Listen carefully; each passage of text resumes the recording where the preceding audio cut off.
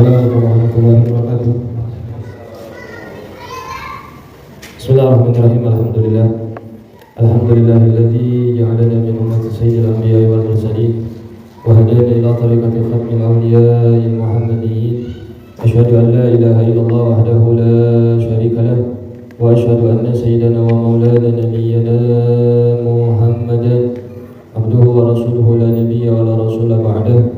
Allahumma salli ala sayyidina Muhammadin al-fatih lima ughliqa al-khatim lima sabaq nasiril haqqi bil haqqi wal hadi ila siratikal mustaqim wa ala alihi haqqa qadrihi wa miqdarihi al-'azim. Allahumma salli wa sallim wa barik wa karrim wa 'azim ala sayyidina wa habibina wa syafi'ina wa karimina nabiyyina Muhammadin wa ala alihi tahirin tayyibin wa ashabihi ghurril mayamin wa man tabi'ahum bi ihsanin ila yaumiddin. Amma ba'd, fa ya ibadallah, usikum jami'an wa nafsi bi taqwallah wa bi ta'ati Rasulillah sallallahu alaihi wasallam, faqad faza al-muttaqun. Rabbi ishrah li sadri wa yassir li amri wa hlul 'uqdatam min lisani yafqahu qawli. Alhamdulillah, bersyukur kita kepada Allah Subhanahu wa taala yang dimana pada malam hari ini kita semua bisa berkumpul kembali dalam rangka untuk mencari ridha Allah Subhanahu wa taala, mencari kecintaan baginda Rasulullah sallallahu alaihi wasallam. Mudah-mudahan dengan berkumpulnya kita di tempat ini, segala hajat dunia akhirat kita diijabah oleh Allah Subhanahu wa taala. Segala dosa-dosa kita senantiasa diampuni oleh Allah Subhanahu wa taala. Mudah-mudahan dengan selesainya kita melaksanakan puasa di bulan suci Ramadan, menjadikan puasa kita diterima oleh Allah Subhanahu wa taala, menjadikan kita mendapatkan rahmat, maghfirah serta kasih sayang dari Allah Subhanahu wa taala, dan pada intinya menjadikan diri kita menjadi orang-orang yang bertakwa di sisi Allah Subhanahu wa taala. Amin ya rabbal alamin. Para ikhwan wal akhwat rahimakumullah, kita lanjutkan kembali pembahasan kitab Madza fi Ramadan, yang mana pada malam hari ini kita berada di penghujung pembahasan kitab ini. Alhamdulillah, kitab ini akan kita selesaikan malam hari ini karena memang tinggal satu hadis lagi. Mudah-mudahan dengan kita membahas kitab ini menjadikan diri kita menjadi orang yang memiliki kemampuan untuk bisa membedakan mana yang baik, mana yang salah, menjadikan diri kita menjadi orang yang selalu mendekatkan diri kepada Allah Subhanahu wa taala, menjadikan diri kita menjadi orang yang selalu berkaitan dengan baginda Rasulullah sallallahu alaihi wasallam. Mudah-mudahan dengan kita telah mengkaji kitab ini menjadikan Allah ridha kepada kita semua, baginda Rasulullah sallallahu alaihi wasallam mencintai kepada kita semua. Amin ya rabbal alamin. Bismillahirrahmanirrahim. Qala al-musannifu rahimallahu taala amin. Al-fadlu tsalisu wal 'ishruna, keutamaan yang ke-23. Fadhailus shaumi wa shaimina, beberapa keutamaan puasa dan orang-orang yang berpuasa. An Nabi Hurairah radhiyallahu anhu 'an Nabi sallallahu alaihi wasallam qala Allah ta'ala kullu 'amali ibni adama lahu illa shiyama fa innahu li wa ana ajzi bih wa siyamu junnatun wa idza kana yawmu shawmi ahadikum fala yarfath wa la yaskhab wa in sabbahu ahadun aw qatalahu falyaqul inni imru'un sha'imun walladhi nafsu Muhammadin biyadihi la khalufu fammi sha'imi atyabu indallahi min ar-rihil miski wa li sha'imi farhatani yafrahuhuma idza aftara fariha bi fitrihi wa idza laqiya rabbahu fariha bi shawmihi. Muttafaqun alaih. Diriwayatkan dari Sayyidina Abu Hurairah radhiyallahu anhu dari Nabi sallallahu alaihi wasallam, yang mana beliau bersabda, telah berfirman Allah Subhanahu wa taala, tiap-tiap amalnya umat manusia itu bagi dirinya kecuali puasa. Karena sesungguhnya puasa itu untukku, kata Allah Subhanahu wa taala, dan akulah yang akan membalas kepadanya. Dan puasa itu adalah sebuah perisai. Dan jika ada salah satu di antara kalian berpuasa, maka janganlah berbuat rafas. Rafas itu berkata-kata yang kotor, berkata-kata yang jorok. Nah, itu rafas. Dan juga jangan berteriak atau berbicara yang sia-sia. Dan jika ada seseorang yang menghina, mengejek kepada salah satu di antara kalian atau mengajak berkelahi di antara kalian, maka ucapkanlah kepadanya, sesungguhnya saya ini adalah orang yang sedang berpuasa. Dan zat Nabi Muhammad SAW yang berada di dalam kekuasaan Allah Subhanahu wa taala, maka perubahan bau mulutnya orang yang berpuasa itu lebih harum di sisi Allah Subhanahu wa taala daripada baunya minyak misik. Nah, jadi minyak misik ini perumpamaan bagi orang yang berpuasa. Dan ini lebih baik, lebih utama baunya orang yang berpuasa itu. Nah, minyak misik ini menjadi salah satu minyak yang disukai oleh Rasulullah SAW. Dan sedangkan bagi orang yang berpuasa itu ada dua kebahagiaan. Yang pertama, kebahagiaan pertama ketika berbuka. Nah, jadi kebahagiaan bagi orang yang berpuasa itu adalah ketika dia berbuka, kemudian berbukanya dalam keadaan senang. Dan ini pasti akan dialami bagi orang yang berpuasa, kan begitu kan? Karena nggak mungkin orang puasa waktunya buka dia sedih, nggak mungkin. Karena itu yang ditunggu-tunggu. Atau ada orang mau buka puasa nangis begitu, nggak ada. Orang pasti ada yang gembira, senang. Kenapa? Ya itu tadi, orang sudah menahan lapar dan haus. Maka ketika waktunya berbuka dia senang, dia bergembira. Dan itu hakikatnya bagi orang yang berpuasa kebahagiaan itu. Yang pertama. Kebahagiaan yang kedua, ketika berjumpa dengan Allah Subhanahu wa taala sehingga orang tersebut bergembira dengan puasanya. Nah, ini salah satu jaminan dari Rasulullah SAW, yang mana jika orang dia melaksanakan puasa sesuai dengan perintah Allah dan Rasulnya, maka jaminannya orang tersebut akan mendapatkan satu anugerah yang besar hingga bisa berjumpa dengan Allah Subhanahu wa taala. Ini pasti akan dialami bagi orang-orang yang betul-betul berpuasa karena Allah dan Rasulullah SAW. Nah, ini hadis riwayat Imam Bukhari dan Imam Muslim. Min hadzal hadis fawaid. Nah, dari hadis ini mengandung beberapa faedah. Yang pertama, al-faidatul ula, faedah yang pertama, fi ma'na hadzal hadis, di dalam hadis ini, illa shiyama fa innahu li, kecuali puasa, maka sesungguhnya puasa itu untukku, kata Allah Subhanahu wa taala. Min jihati nisbati syiyami ilaihi ta'ala ikhtilafun bainal ulama. Nah, dari segi nisbat puasa itu diperuntukkan untuk Allah. Nah, maka para ulama, di antara para ulama itu berbeda pendapat. Nah, jadi perbedaan pendapat itu hal yang biasa, ya. Nah, jadi kalau ada orang, taruhlah kayak sekarang nih. Nah, sekarang kan berbeda pendapat tuh antara yang sudah jelas-jelas umpama organisasi Muhammadiyah dengan pemerintah. Nah, lebarannya kan berbeda. Nah, Muhammadiyah besok lebarannya. Nah, sedangkan pemerintah diputuskan hari Sabtu. Nah, ketika disodorkan pertanyaan yang semacam ini, nah, kira-kira mau ngikut yang mana? Nah, sebetulnya silakan kembali kepada pribadi masing-masing, ya.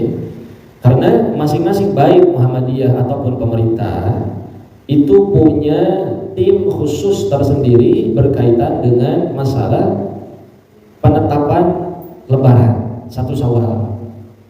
Nah, bagi Muhammadiyah ya punya metode cara tersendiri. Begitupun dengan pemerintah, ya sudah barang tentu tidak mungkin pemerintah di sini hanya sebatas dari kalangan pejabat yang tidak memahami daripada urusan falakiyah, nggak mungkin, pasti punya timnya. Nah, kemudian harus ngikut yang mana? Ya silakan, mau ngikut Muhammadiyah ataupun mungkin antum bisa melihat hilal sendiri begitu, atau antum punya tim ru'yatul hilal, ya silakan. Nah, sehingga perbedaan begini, ada orang yang melihat hilal ataupun ada orang yang tidak melihat hilal, yaitu masing-masing kembali kepada pendapatnya masing-masing. Karena urusan ru'yatul hilal itu bukan urusan yang enteng, bukan urusan sembarangan. Karena ketika orang melihat hilal, maka pasti penglihatan itu ketika dia melihat hilal itu mesti harus disumpah. Dan sumpah itu yang harus dipertanggungjawabkan. Karena konsekuensinya besar. Karena berurusan dengan orang banyak, bukan perorangan saja. Gitu. Nah, memang lembaga falak itu di Indonesia banyak, nggak cuma 1-2. Dan masing-masing pun punya metode, punya referensi, punya rujukan tersendiri. Adapun terjadi perbedaan pendapat, yaitu hal yang biasa. Nah, kalau misalkan ada yang mau besok, ya silakan. Kalau ada yang mau ikut pemerintah di antara antum pun, ya silakan. Kita nggak pernah memaksa. Nah, cuman kembali lagi sesuai dengan apa yang sudah kita ketahui, apa yang sudah kita yakini, terutama dengan tuan-tuan guru kita yang beliau-beliau bukan orang-orang sembarangan, terutama dalam urusan falakiyah ini. Dan ini sudah dari dulu. Nah, dan alhamdulillahnya ya kita pernah ikut begitu, jadi tahu persis siapa beliau-beliau itu. Jadi bukan katanya. Jadi kita pernah datang ke satu tempat di daerah Jakarta, tepatnya di daerah Cakung. Nah, kita bersama dengan para habaib, dengan ulama, ingin melihat langsung tentang bagaimana cara proses melihat hilal itu bagaimana. Nah, memang di Cakung itu dulu nggak tahu kalau sekarang, memang sistemnya masih sistem manual dengan mata telanjang langsung. Jadi tidak memakai alat teleskop, nggak pakai teleskop. Jadi langsung dengan mata telanjang itu. Jadi ada alat-alatnya. Nah, di Cakung itu. Nah, memang melihat hilal dengan mata telanjang itu bukan sesuatu yang mudah. Karena umpama dari orang-orang, taruhlah 10 orang. Nah, dari 10 orang itu tidak semuanya bisa melihat hilal. Terlebih kalau orangnya baru ingin melihat hilal, umpama belum tentu bisa.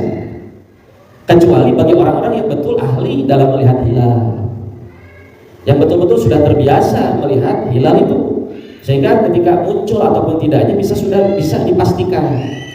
Dan berbeda dengan orang awam atau orang yang baru coba-coba ru'yatul hilal, nggak bisa melihat langsung begitu.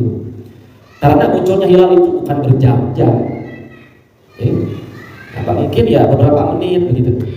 Bahkan bisa kalau yang sekarang tuh kalau tidak salah semenit itu tadi 17.51 sampai 17.52, hanya semenit hilalnya.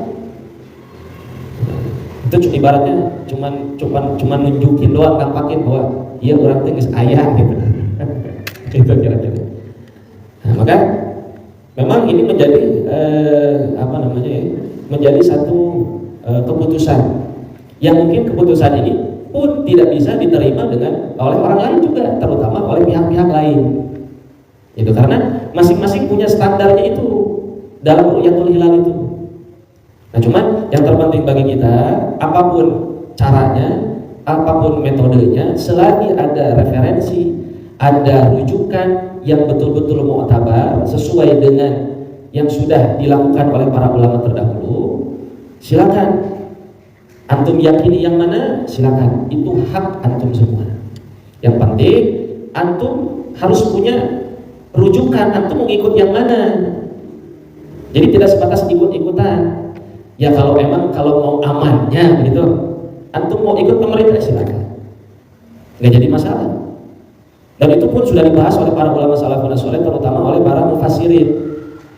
Karena memang keputusan pemerintah itu pun adalah keputusan yang bukan sembarangan. Karena yakin kita bahwa di antara beliau itu pun ada tim yang betul-betul ru'yatul hilal, terutama dari kalangan para ulama. Gitu. Yang penting antum punya alasan kenapa antum mesti umpama lebaran besok atau antum mesti lebaran hari Sabtu, silakan. Yang penting antum tahu gitu garis besarnya seperti apa. Jadi jangan sampai ada orang nanya, kenapa ini kok nggak tarawih sekarang? Apa orang mengilu guru? Ya itu jawaban-jawaban yang aman. Cuman kadang-kala orang nggak puas kalau hanya sebatas dijelaskan sama antum seperti itu jawabannya. Berarti kumaha guru, nggak begitu juga. Kenapa? Nah, antum kasih tahu tuh penjelasannya. Sehingga orang itu memahami. Karena kebanyakan orang ketika dikasih tahu hanya sebatas begitu, mereka mungkin bisa menyalahkan kepada kita. Sehingga akhirnya dia akan mengejek kepada kita. Ente suknya nyaman misalkan. Ngesuelah ikut pemerintah anu aman. Ya silakan, gak jadi masalah. Dia mau ikut yang mana pun gak jadi masalah. Nah, cuman yang mesti digarisbawahi perbedaan di sini, terutama umpama Muhammadiyah dengan pemerintah, jangan dianggap perbedaan itu seakan-akan Muhammadiyah tidak taat kepada ulil amri, bukan, nggak begitu. Karena kan ada ayat Allah Subhanahu wa taala, atiullaha wa atiur rasul wa ulil amri minkum, kan begitu kan? Taatlah engkau kepada Allah, taatlah engkau kepada Rasulullah, dan taatlah engkau kepada pemimpin-pemimpin di antara kalian. Nah, memang ini penjelasan atau pembahasan yang cukup panjang. Nah, cuman memang salah satu di antaranya memang pemerintah mempunyai satu kewenangan untuk ya supaya bisa memberikan satu ketetapan ataupun keputusan utamanya bagi seluruh rakyat Indonesia, terutamanya pemerintahan Indonesia. Nah, itu yang mesti kita pahami bersama. Jadi kalaupun ada yang mau besok lebaran ya silakan, atau mungkin di antara antum sholat id besok juga ya silakan. Cuman ya kita ikut guru kita aja dah. Umpama kan begitu. Kalau umpama besok antum yakinnya besok antum lebaran, berarti tidak ada kewajiban buat antum untuk berpuasa. Berarti antum berbuka, nggak ada puasa tuh besok. Akan tetapi supaya seragam dalam melaksanakan sholat idnya, kita ikuti keputusan pemerintah hari Sabtu untuk sholat idnya. Paham kira-kira ya? Nah, jadi antum besok umpama nggak puasa tapi sholat idnya ikut Sabtu, ya boleh-boleh aja silakan. Gitu. Nah, jangan sampai antum memaksakan kehendak antum. Umpama di kampung antum nih nggak ada yang hari Jumat, umpama pokoknya orang ngerjakan sholat di masjid, nggak boleh begitu itu. Nanti jadi fitnah, jangan. Pokoknya orang hayang sudah lebaran orang gitu.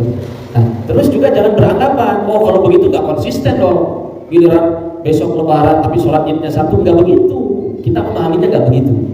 Pola pikir kita nggak begitu. Saling menghargai ya sebetulnya. Gitu kan? Karena masing-masing dia punya cara tersendiri, punya rujukan tersendiri. Nah, itu yang terpenting.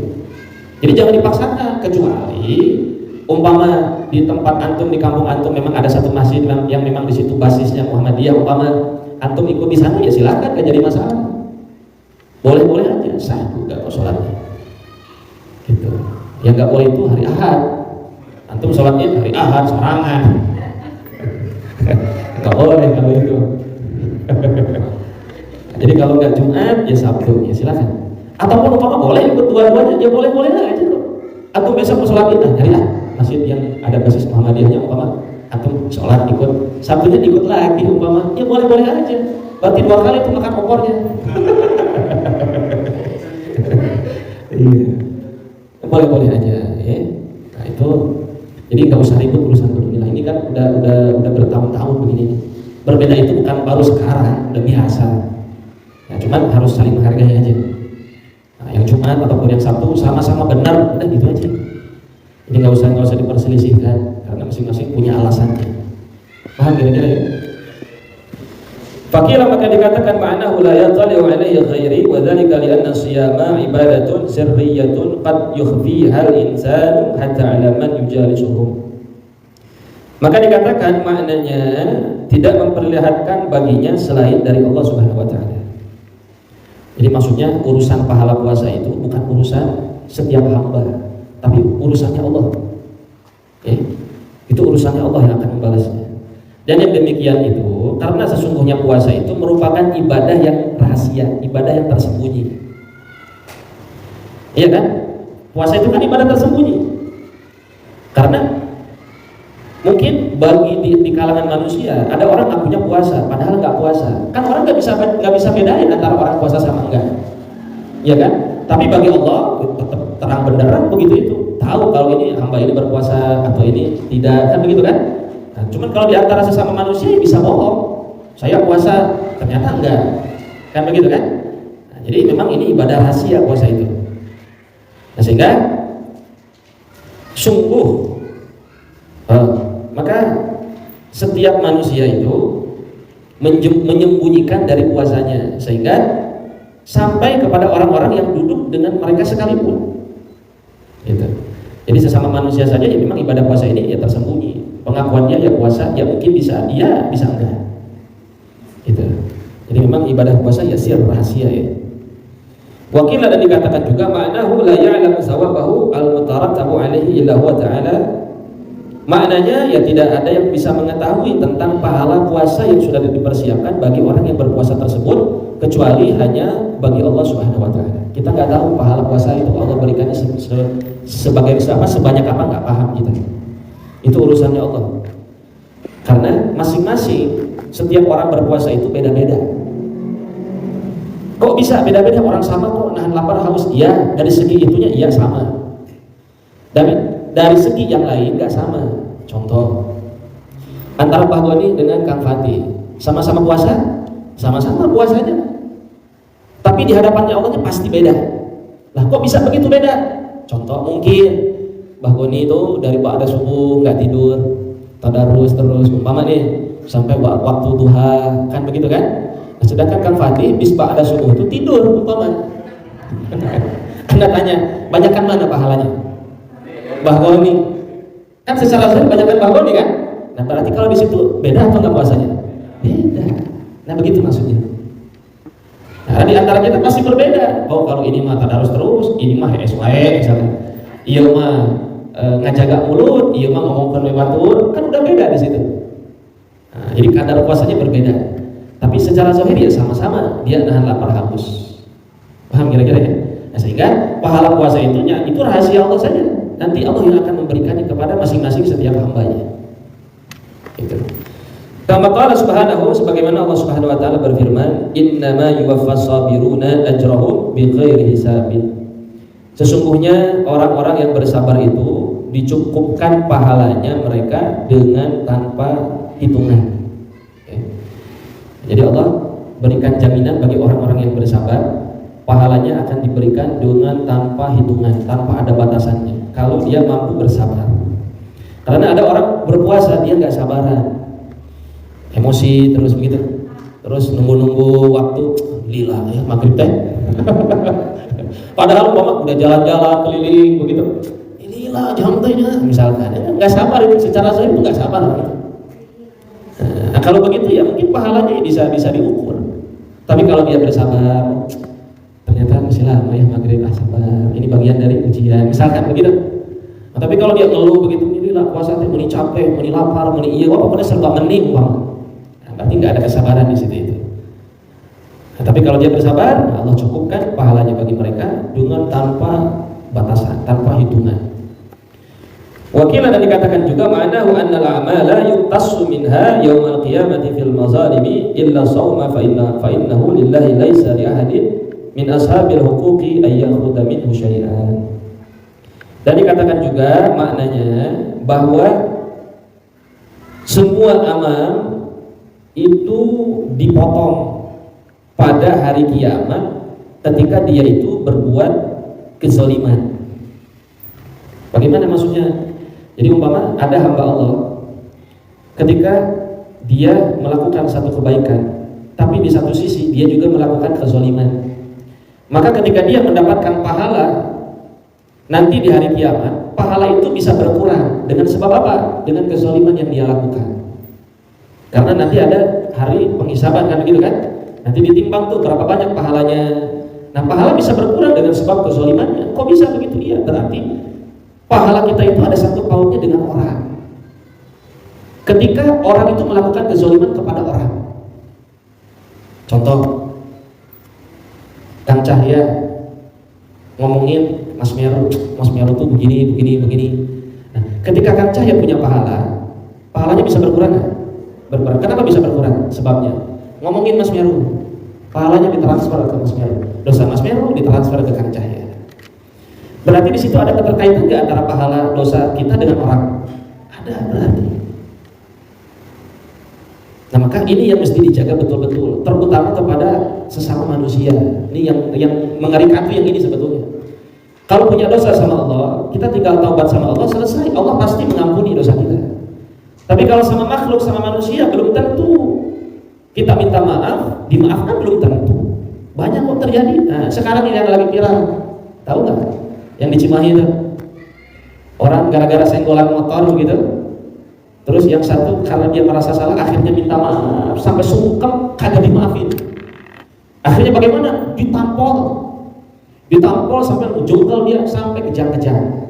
Atau lihat beritanya, coba bayangin tuh, udah minta maafin sampai cium tangan kok, kagak dimaafin gara-gara senggolan begitu namanya di jalan. Kan kerasakan itu kan kalau di jalan ya, hawanya kan emosi, apalagi kalau lagi nyupir. Ya, orang supir itu emosian kok. Dan itu pengalaman Anda juga. Nggak sabaran kita.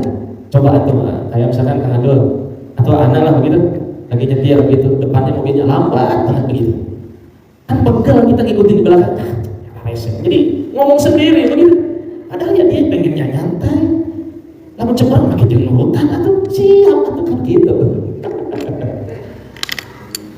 Jadi kalau urusan minta maaf sama orang repot urusannya. Kalau dari maafin wah repot. Nah itu yang susah itu sama makhluk, sama manusia. Makanya hati-hati ya, sama makhluk itu, sama manusia itu. Karena ketika kita masih ada dosa kepada orang, Allah belum mau maafkan.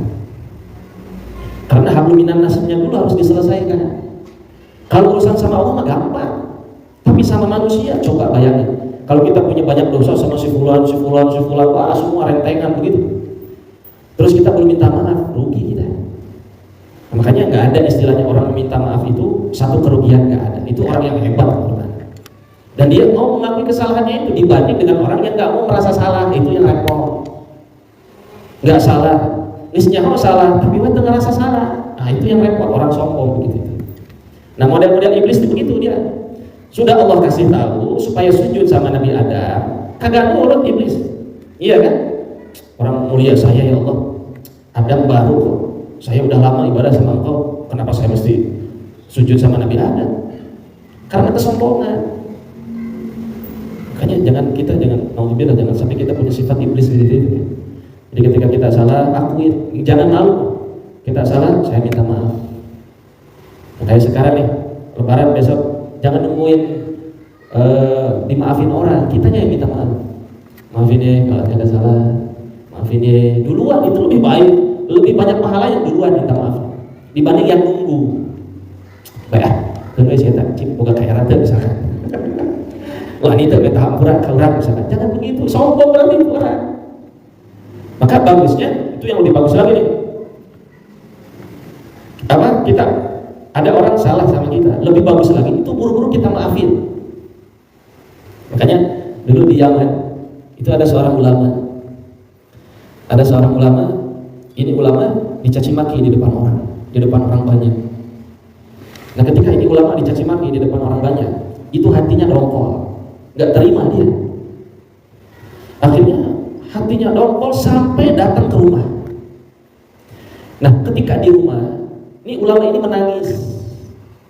Kenapa menangis? Dia menyesal.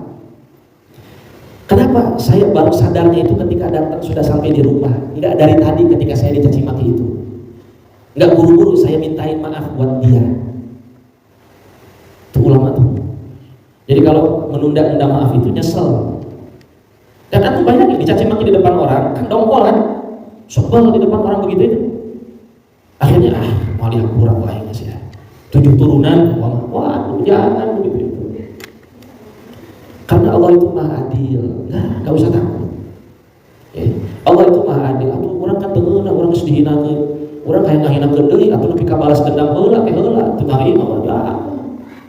Sampai dia nyewa anak buah, sampai dia nyewa orang-orang buat balas dendam. Wah repot gitu. Nggak kelar-kelar kan? Gitu ya. Itu yang mesti kita pahami. Makanya kita mesti jaga diri kita, terutama jangan ya kita berupaya untuk tidak berbuat salah kepada orang, tidak zalim kepada orang, sekecil apapun itu. Terutama dari sisi batiniah kita itu yang susah untuk kita hindari. Kalau segi zahir mungkin dia di depannya baik kita, tapi di belakangnya medung itu. Nah itu yang susah tuh yang itu, ya kan? Karena mungkin dari urusan sepele akhirnya menjadi urusan yang besar gara-gara begitu itu. Di depan unggul gitu, tapi di belakang saya tahu yogi lah. Jangan ya. Tapi kalau dibicarakannya orang soleh, orang baik, rugi nanti kita. Makanya kalau mau hitung-hitungan, orang menghina kita, orang berbuat jelek sama kita, terus kan pengennya kan dibalas lagi kan ya, supaya impas begitu. Sebetulnya rugi itu begitu itu. Rugi itu begitu itu. Supaya impas itu rugi sebetulnya. Nah karena Allah itu gak tidur, Allah itu maha adil, biarin aja Allah aja. Karena begini nih, kaidahnya. Kalau ada orang menghina kita, jelekin kita, kemudian kita balas hinaan itu, berarti kan seri itu satu-satu, iya kan? Tapi kalau kita nggak balas hinaan itu, ejekan itu, berarti 1-0 kita menang. Lah, kok menang? Iya, orang kita nggak balas kejahatan dia. Nah sehingga ketika kita mau memaafkan kepada itu orang, nanti Allah yang akan balaskannya tuh, bukan kita, tapi Allah yang akan membalaskan kepada itu orang. Itu kaidahnya begitu. Tapi kalau dibalas dengan perbuatan yang sama, impas, Allah nggak ikut campur begitu itu. Selesai barang urusannya. Nah, makanya kenapa orang zalim itu gampang diijabah doanya tuh gara-gara itu tuh. Dia nggak mampu membalasnya. Kan begitu kan? Makanya hati-hati dengan doanya orang-orang zalim itu, hati-hati. Oh, makbul itu mustajab. Nah itu mesti diperhatikan, hati-hati. Makanya ya, naudzubillah, jangan sampai kita berbuat zalim sama orang, rugi ya. Makanya ya kita harus menjadi orang baik, berupaya jadi orang baik meskipun kita bukan orang baik. Makanya kata Imam Syafi'i radhiyallahu anhu, itu beliau mengakui bahwa dirinya itu bukan orang soleh. Makanya kaidahnya Imam Syafi'i, uhibbus sholihin walastu minhum. Saya cinta kepada orang-orang soleh meskipun saya bukan bagian dari mereka. Sekelas Imam Syafi'i aja tawadunya begitu. Padahal kurang alim apa Imam Syafi'i, kurang cerdas apa Imam Syafi'i, tapi merasa dirinya itu nggak punya kealiman, itu nggak ada, keilmuan itu nggak ada, merasa ada di bawah terus begitu, mandang orang itu begitu.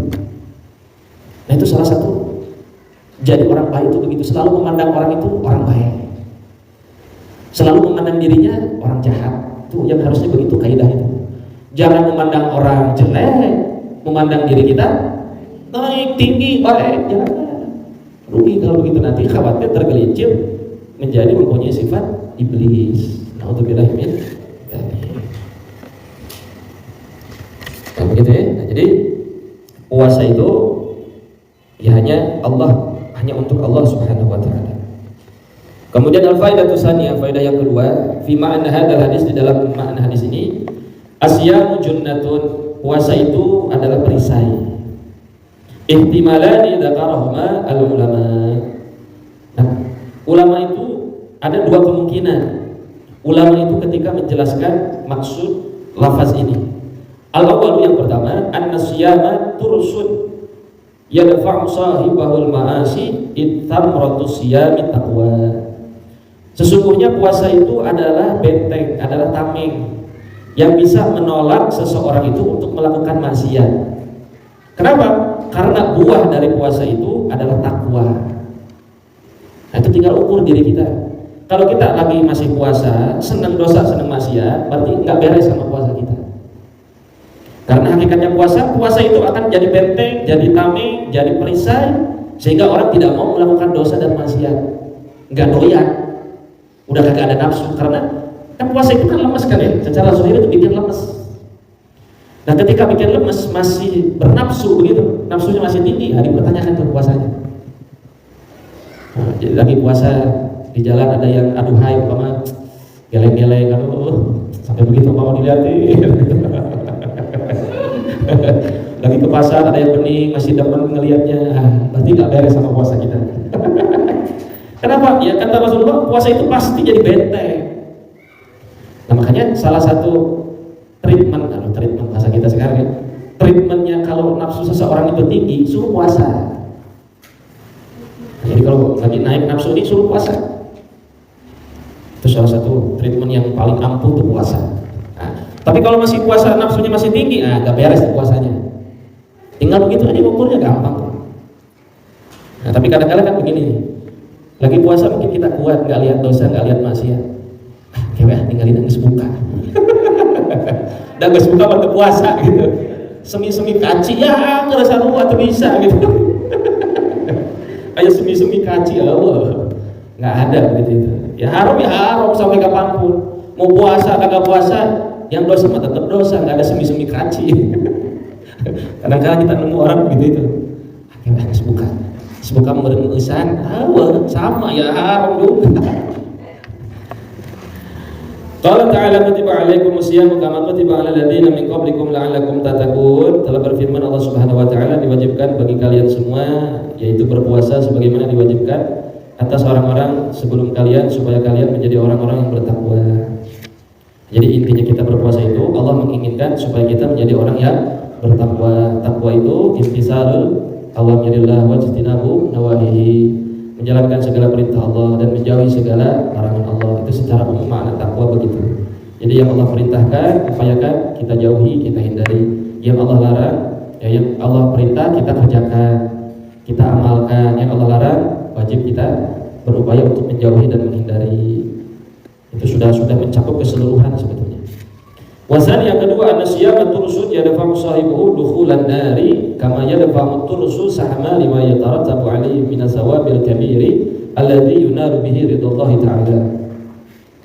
Yang kedua, pendapat yang kedua, bahwa sesungguhnya puasa itu menjadi satu tameng yang bisa menolak orang yang melakukannya untuk masuk ke dalam neraka. Jadi puasa itu jaminannya masuk surga supaya tidak masuk neraka. Kagak demen sama neraka, nolak dia sama neraka. Sebagaimana menolaknya tameng itu dari akan namanya panahan itu, yang tempat sasaran panah namanya, ya sasaran panah namanya. Nah itu menolak dari anak panahnya itu. Nah, jadi supaya dia menolak dari anak panah si tamengnya itu. Ya, jadi ya itu puasa itu begitu. Jadi nahan ya diibaratkannya nahan dari tameng yang menahan dari anak panah. Nah, karena puasa ini pahalanya besar dan yang hanya bisa diperoleh dengan dia itu mendapatkan keridhaan Allah. Jadi kalau puasa mau pahalanya besar, syaratnya dia harus mendapatkan ridhonya Allah. Wadal alaihi qawluhu wa idza laqiya rabbahu fariha bi sawmihi ay bi naili thawabil jazili wa qila fariha bin nazari ila wajhi rabbih. Allahumma rzuqna hadzal farha amin. Dan ketika berjumpa dengan Allah Subhanahu wa taala, maka bergembiralah dia dengan puasanya. Maksudnya dengan mendapatkan pahala yang besar dari Allah Subhanahu wa taala. Dan dikatakan juga bergembiranya itu ketika melihat Allah Subhanahu wa taala. Nah, ini adalah merupakan salah satu keyakinan Ahlussunnah wal Jamaah, bahwasanya orang yang beriman ketika dia masuk ke dalam surganya Allah, maka orang beriman tersebut bisa melihat Allah Subhanahu wa taala. Dan ini menjadi satu nikmat yang paling besar ketika berada di surga. Allahumma rzuqna hadzal farah. Semoga Allah Subhanahu wa taala memberikan rezeki akan kebahagiaan ini. Amin ya rabbal alamin. Al-faidatu tsalisah, faedah yang ketiga, fi ma'na hadzal hadis, di dalam makna hadis ini, la khulufu fami shaimi, maka perubahan bau mulutnya orang yang berpuasa, atyabu indallahi min rihil miski, itu lebih harum di sisi Allah dari wangi misik. Ikhtilafun bainal ulama, nah ulama pun berbeda pendapat. Faqila, maka dikatakan maknanya annahu ta'ala yusibu ala khulufi fami shaimi thawaban aktsara mimma yusibu ala isti'malil miski, ay sunnada bashar ila isti'malihi fil jum'i wal a'yad. Nah, maknanya yang pertama, bahwasanya Allah Subhanahu wa taala memberi kepada orang yang sedang berpuasa tersebut perubahan wangi baunya itu Allah menginginkan supaya memberikan pahala yang banyak. Ya. Nah, tapi bukan berarti mesti dibau-bau, bukan mulut itu, enggak. Alami aja, karena kan masing-masing bau mulut itu kan beda-beda. Nah, jadi supaya bau lah, mengenang pahalanya loba, ya enggak begitu. Oh, bau. Ya enggak begitu, alami baunya, enggak dibuat-buat. Nah, sebagaimana diberikannya atas penggunaannya wangi misik, sehingga seperti mengucurkan atas penggunaannya itu kepada kepalan tangan. Jadi itu perumpamaan aja sebetulnya. Jadi ibarat kata, kan kita kalau mau wangi kan mesti dipakai parfum kan, gitu kan. Nah kalau bau puasa itu biarin, itu urusannya Allah yang ngatur baunya, nggak mesti kita yang bikin baunya. Nah, ini pun jadi salah satu sunnah tuh. Makanya kalau antum menerima parfum dari orang, itu bukan ke sini, tapi ke sini. Jadi kalau kan kayak makhluknya begitu, terus ke sini salah ini sebetulnya, harusnya ke sini. Ini bagian dari adab, enggak begini, begini. Dioles begitu. Bukan begini sebetulnya, salah kalau gitu. Jadi harusnya ini, pakai yang ini. Nah, itu pun kebiasaan. Itu yang mesti dipahami. Wakilah dikatakan ini hadza fi haqqil malaikati fa yastatibuna raihal khulufi aktsara mimma yastatibuna rihal misk. Dan sesungguhnya ini juga ada di dalam haknya malaikat. Yang mana malaikat itu mempunyai hak untuk mengharumkan baunya mulutnya orang yang berpuasa. Nah, ini urusan malaikat tugasnya, yang membaukan mulutnya orang yang berpuasa. Ya. Sehingga ya itu tadi, ketika malaikat itu mengharumkan bau mulutnya orang yang berpuasa itu, nah seperti malaikat itu sedang memberikan atau mengharumkan wangi misik. Nah, jadi ya nggak usah dibuat-buat berarti baunya mulutnya puasa orang puasa itu tugasnya malaikat yang mengharumkan baunya. Karena ya tetap coba antum tetap pakai odol apa saja, mau yang paling mahal sampai yang paling murah, tetap bau kan ya. Atau antum pakai merek apa, oh pakai merek ini nggak bau mulut saya, tetap bau. Antum suka ka batur oke anget pingsan batur. Reksa mahal-mahal nah oke. Akan tetapi di sisi Allah ini luar biasa, seperti bau misik. Indallah bukan indanas. Kalau indanas wah kasihan nanti. Indallah. Ma'ana wa anna ta'ala yujazihi fil akhirati bi ayyaj'ala nukhatahu atyaba minal miski kama fi dami syahid wa qila ghairu dzalika wallahu a'lam bishawab. Dan maknanya, dan dikatakan menurut ulama makna yang lain bahwa Allah Subhanahu wa taala akan membalas kepada orang yang berpuasa tersebut di akhirat. Nah, dengan menjadikan apa ya? Kalau bahasa teksnya nukhah itu rasa gitu ya. Cita rasa tadi. Ya rasanya begitulah. Yang mana rasanya ini lebih wangi dari bau misik. Sebagaimana darahnya orang yang mati syahid. Jadi perumpamannya dibandingkan dengan darahnya orang yang mati syahid. Karena darahnya yang mati syahid itu wangi. Ya. Makanya antum kalau ya mudah-mudahan kita semua ziarah ya. Itu ziarah ke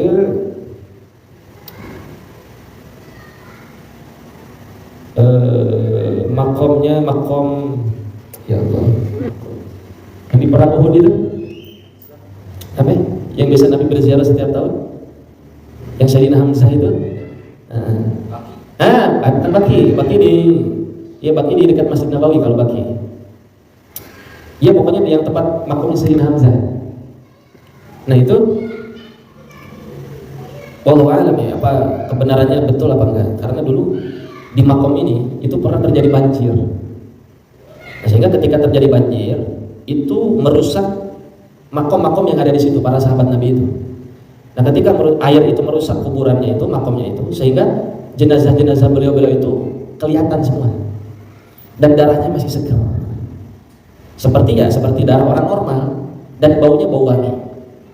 Nah, sehingga Gunung Uhud itu kalau antum perhatikan, dilihat dari kejauhan itu gunung warnanya memerah.